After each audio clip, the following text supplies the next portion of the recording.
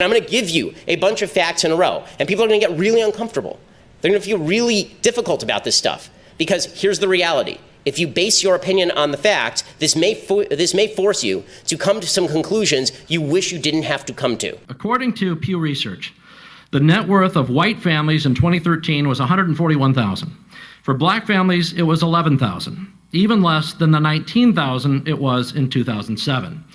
According to economist Edward Wolf of the University of New York, excluding vehicles and other durables, the median black family worth is just $1,700, while 40% of black families have zero or negative wealth. White family worth, in terms of financial worth, is 69 times more than that of black families. Given this disparity, how can you argue that racism is not a driving factor in income inequality? Because it has nothing to do with race and everything to do with culture. And when you have a culture that doesn't, you know what? Explain to me. You explain to me why black kids aren't graduating high school. Explain that one to me. Explain to me why black kids are shooting each other in rates significantly higher than whites are shooting each other. Explain to me why 13% of the population is responsible for 50% of the murder. Explain to me why the number of black kids in prison, not for innocent reasons, not for walking down the street and getting pulled into a prison, is so high. Explain, if it has nothing to do with culture, explain to me why the single motherhood rate in the black community jumped from 20% to 70% in the same course of time that the civil rights movement has made such tremendous strides. Is America more racist now than it was in 1960? And if it is, please explain to me how that happened. It's more than just riots, right? I hate the idea when you say thugs and riots, right? White people riot as well. When y'all win Super Bowls 2 years in a row, y'all get off the hook. Don't make it seem like it's just Baltimore getting upset. So my 30-second answer is I feel the frustration of what's happening in the community, and I think it's a symptom. The uprisings are a symptom of a pressure that's been unaddressed for too long. Ben? I'm offended by the language of uprising applied to people who are breaking into other black people's stores and looting them. This is a lack of values, and people who are destroying private property, destroying cop cars, in an uprising against what exactly? Against the black police chief, against a mostly minority police force, against the black mayor, against the black president, against the black attorney general, against against a city council that is 9 of 15 are black and all 15 are elected Democrats. What is the uprising against? What is it seeking to achieve? I still don't see what exactly the riots are seeking to achieve. Bottom line is, this is all. It all could be boiled down to just act like a mensch. Act like a human being. Honestly, it's not useful to riot, it's not useful to break things, it's not useful to throw rocks at people. And the idea that we're supposed to sort of correlate your level of outrage. I'm going to stick to the 30 seconds on this one. The last sentence. The idea that we're supposed to correlate your level of outrage with a certain level of justification. In other words, the more outraged you are and the more angry you are, the more justified you must be, is absolute nonsense. Is there a line that you draw for yourself, or is there some way that you interpret statistical disparity and you determine that is not a racial disparity, it's something else?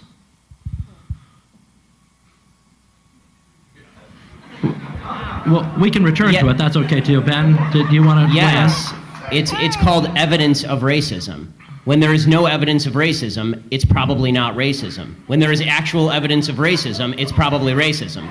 And the fact that everybody jumps from there's inequality and therefore there is inequity, just because there's inequality does not mean there was inequity. But there has to be racism. You can't say there's no racism. Without evidence? No. I'm just saying that I don't know which animal. Maybe we're talking about dogs or something. I'm talking about human beings, and I'm like, human beings are most likely going to have racial prejudices. I'm just so sorry. I'm just so sorry. I don't know. I come from planet Earth. Charles, I want to ask you a question. So your default is that when there is no evidence, racism is the deciding factor. That is no, I was not saying that. I'm just saying that you're going to have sexists, you're going to have racists, you're going to have all this stuff. I mean, I'm just saying that. I agree it exists, but the problem that I'm seeing, and this is the problem with the general conversation, is that there's no solution in simply saying there's racism out there. How does that solve anything? I mean, when you talk about there's institutional racism, what does that mean? Show me a law that is racist in intent, and we will agree. Show me a police officer who commits a racist act like we saw in South Carolina, right, where a police officer shot a black man running away and it was obviously unjustified, and I will agree. But the idea that you can craft a narrative based on no racism because it just must be somewhere out there in the ether, that doesn't solve problems for anybody and creates more problems for people, because now they grow up in a milieu and an environment where they are told that every obstacle they face is from some shadowy, nameless, faceless group who's out to get them simply because of the color of their skin. They'll never succeed in that environment. So my question is about race and culture. So while I agree with you that when you look at white America, it's silly to say that the majority of white Americans are actively trying to prevent you from getting to where you want to be. I'm East Indian, and I have definitely experienced some racism, but I never felt as though it keeps Indians from succeeding. So I do think there's a cultural component that supersedes the color of your skin. But I also think that it's naive to say that it just so happens that the same minority groups that have been historically oppressed happen to have cultures that are less conducive to success. I believe that environment can create culture. Can you acknowledge the historical reasonings that led to these so-called unsuccessful cultures and not put blame on these minority groups?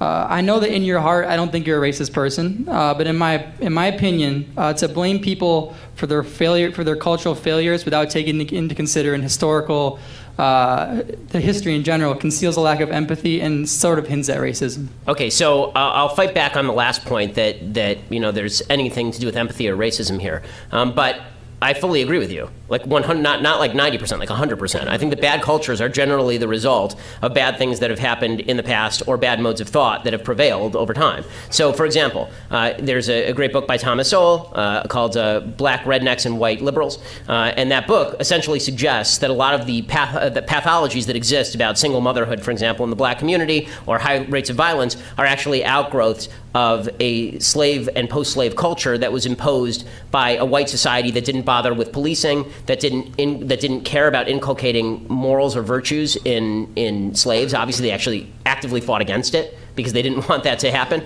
And so there was an active fight from against assimilation by white people, and that created an underground culture that's really bad, and that exists in parts of white America too. It exists in Appalachia. So yes, I think bad cultures have nothing to do with race. I don't think that just because, this is why I'm saying I don't know why it borders on racism to say the cultures are bad. Like, some cultures are bad, some cultures are good, and that has nothing to do with race. Charles Murray wrote an entire book called Coming Apart about pathologies in white communities that are really destructive. So bad cultures do arise very often from historical circumstances, including historical discrimination. What I say is that today, there's nothing preventing an individual from superseding the culture in which you grew up and making good decisions.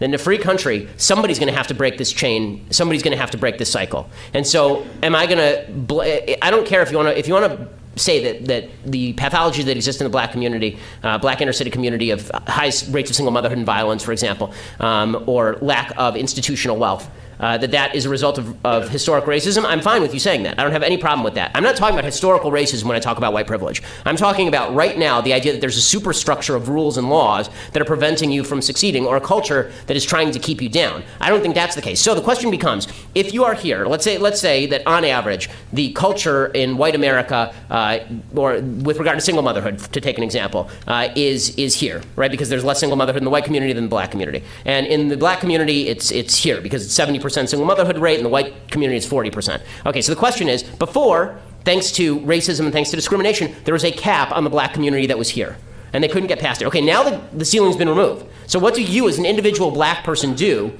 to change your life? And I don't think it's helpful, and in fact I think it's actually quite hurtful, to spend an enormous amount of time talking about the legacy of discrimination and racism instead of talking about what can you do right now to fix your problem. You know, this is a general issue that I have in all of my relationships. When my wife comes to me and she says, there's a problem in my life, before we even have the conversation, I say to her, is this a listening conversation, or is this a you want me to fix it conversation? And I think that when it comes to politics, there should be far fewer listening conversations, like I want you to tell me about all the crap that's happened to you, because I don't care.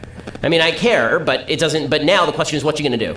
Right? That's a much more important conversation, because we only have 5 minutes together. Is that 5 minutes going to be spent on all the terrible things that happened, which I fully agree with, that I would have fought if I were there, but I wasn't? Right? Are we going to spend 5 minutes talking about all the terrible things that happened to blacks and Jews and gays and women and Hispanics in the United States? Or are we going to talk about right now what you can do to succeed? Because I don't think that the rules are holding you back. So I've never, ever, at any point suggested that there's not been historic discrimination against black people, or even that current day poverty is at least in part an outgrowth of that historic discrimination. What I have suggested is that if you are using that historic discrimination as a reason why you are not, as an individual human being, becoming more income mobile, and not making good decisions, no one is making the call for you right now as an individual to get that girl pregnant. And that's the argument that I'm making. Can I say one thing? Sure, yeah. So I guess, like, would you, like, so don't, would you have to admit, though, that between different races and different cultures, there are different levels of success, and there's definitely, you would expect that somebody who grows up with being able less to succeed, you would expect that would happen in certain communities and certain right. That's why they're called communities. pathologies of culture. Yeah, for sure. I mean, if you grew up in a worse situation than somebody else who grew up in a better situation, of course you're going to grow up having obstacles that other person has to overcome. But that doesn't mean that other person, number one, victimized you.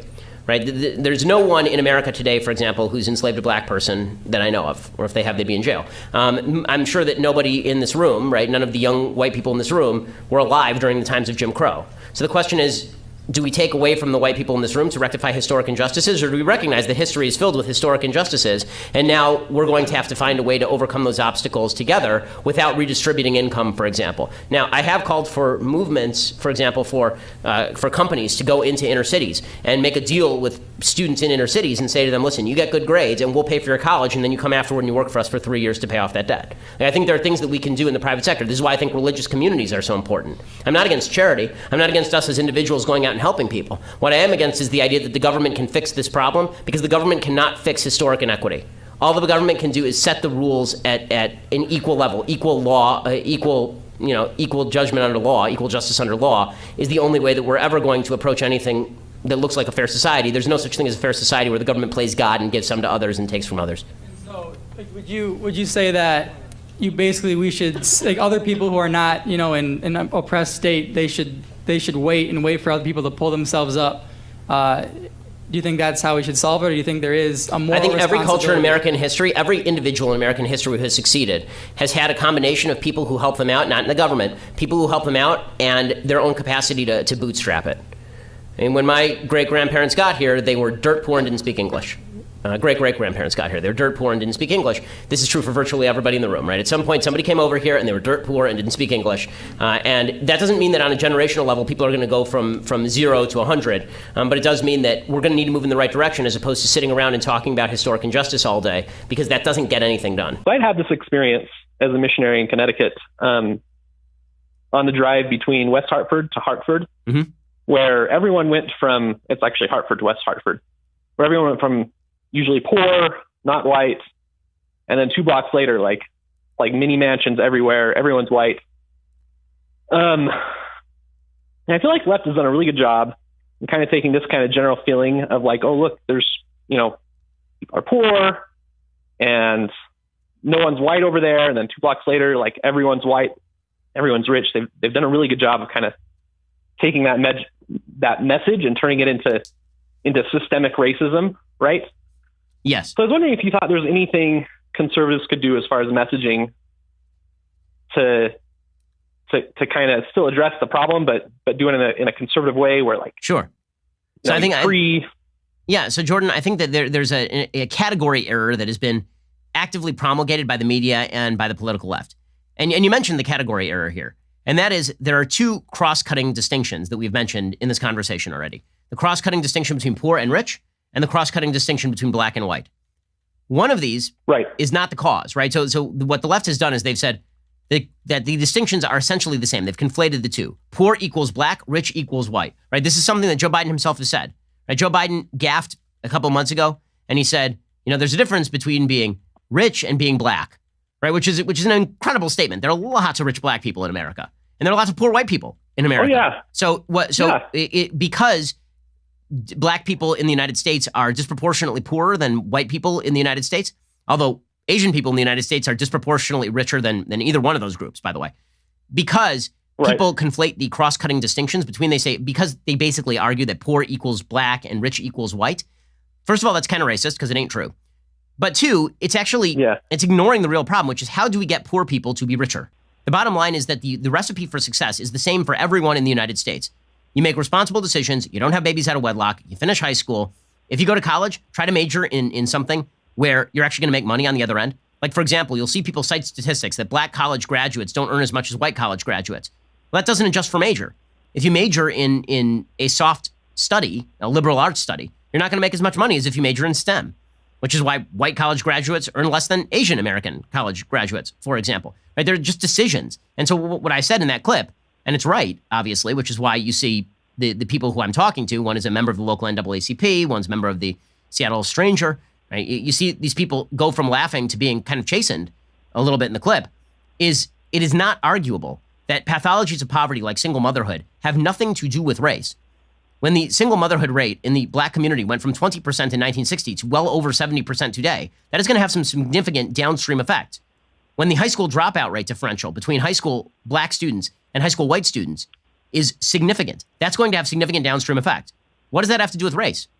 The answer is it doesn't have anything to do with race. I don't think that race and culture have to be interrelated, nor should they be. I mean, I wouldn't say that it is quote unquote black culture to not value education. There are plenty of black Americans who value education extraordinarily highly. I think that there are certain pathologies that exist in poor communities, black or white, that are common across those communities. Now, they may not exist in the same proportions in those communities, but that has nothing to do with race and everything to do with culture, right? There are areas of white Appalachia where education is not valued particularly highly. J.D. Vance talks about this in Hillbilly Elegy. The pathologies of poverty that exist cross-racially are the same. And then it's just a question of how often they exist in particular communities, regardless of race. So pathologies of poverty include not valuing education enough such that your kids are not spending a lot of time on homework, or not having fathers in the home such that you have two parents who are available to help read with your kids. Pathologies of poverty include high crime, include, again, lack of fathers in the home means that very often young men tend to congregate in gangs, right? Those are pathologies of poverty.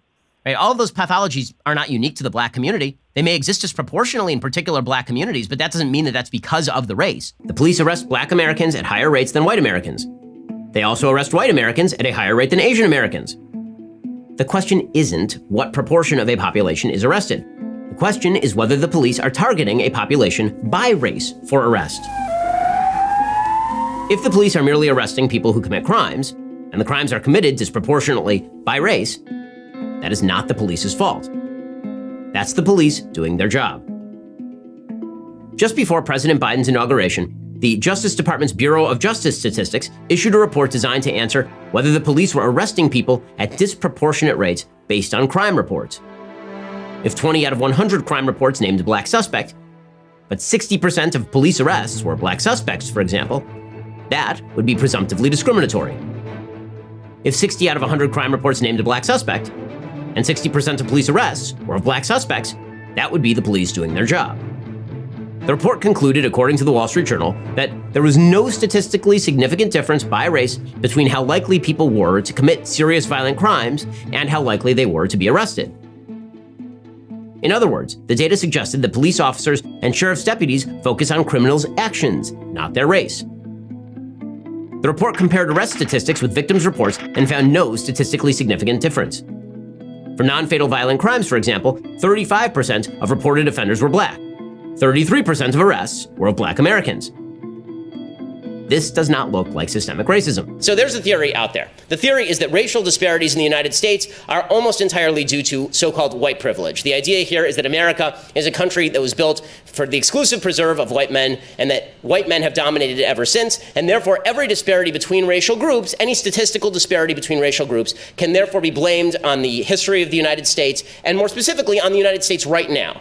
Because obviously, some disparity can be blamed on the history of the United States. To pretend that discrimination hasn't existed in the United States would be foolish. Of course discrimination has.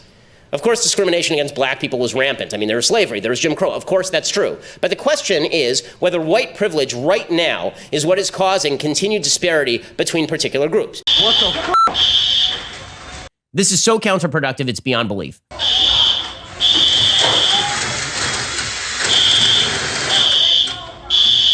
If you believe that protests are legitimate against police brutality, why in the world would you start justifying riots, like people looting Targets and such? The narrative that black Americans are under threat from police, broadly speaking, across America is just not true. It's not a reality. That does not mean that there aren't more confrontations between black Americans and police, because police are usually in high crime neighborhoods, and unfortunately, there are a lot of high crime neighborhoods that happen to be black. That's a tragedy, and the only way that that's going to be solved is with more police, not fewer police. Is with crime rates going down, not crime rates going up. The phrase Black Lives Matter should be relatively uncontroversial because, again, it is true that Black Lives Matter, and I think everybody agrees that Black Lives Matter. It's the implication of the phrase that people are objecting to. The implication being that there are a bunch of people who think they don't, right? The idea, you generally don't chant uncontroversial things, right? People don't go out in the streets and chant, the sky is blue, right? People don't go out on the streets and chant, we love children, right? Like, you don't chant uncontroversial things. So when you chant Black Lives Matters, the implication is that there are a bunch of people who don't believe that Black Lives Matters, and that's what people are objecting to. That's why people will say all lives matter, not because they are saying that Black lives matter less, but because they're saying, right, we agree that Black lives matter just as every other life matters. So, I think that the implication of the Black Lives Matter movement, which is more than just the slogan, the slogan itself, fine. But again, the implication is that Black people are under existential threat in the United States, and there's a vast group of people in the United States who don't care if Black people are under existential threat. That whole implication is what people object to. If it were just, an obvious truism that Black lives matter, I don't think it would even be controversial that people are chanting it. If you're a rioter, if you're a looter, you're human scum. You're doing nothing positive for society. What you're acting on is not quote unquote justified anger. You're a piece of crap. You're a piece of crap. And you should be arrested. You should be prosecuted. Business owners should defend their businesses. This is sheer unbelievable garbage. And the failure of government to perform its single function, which is to protect the law abiding, that failure of government is catastrophic. I'm talking from local governments to state governments to the federal government. The lack of ability of the government to do the one thing it is supposed to do, right? This government that's supposed to provide you everything that you could possibly need, provide you privileges from the top. Instead, it can't even protect you in your own cities. This government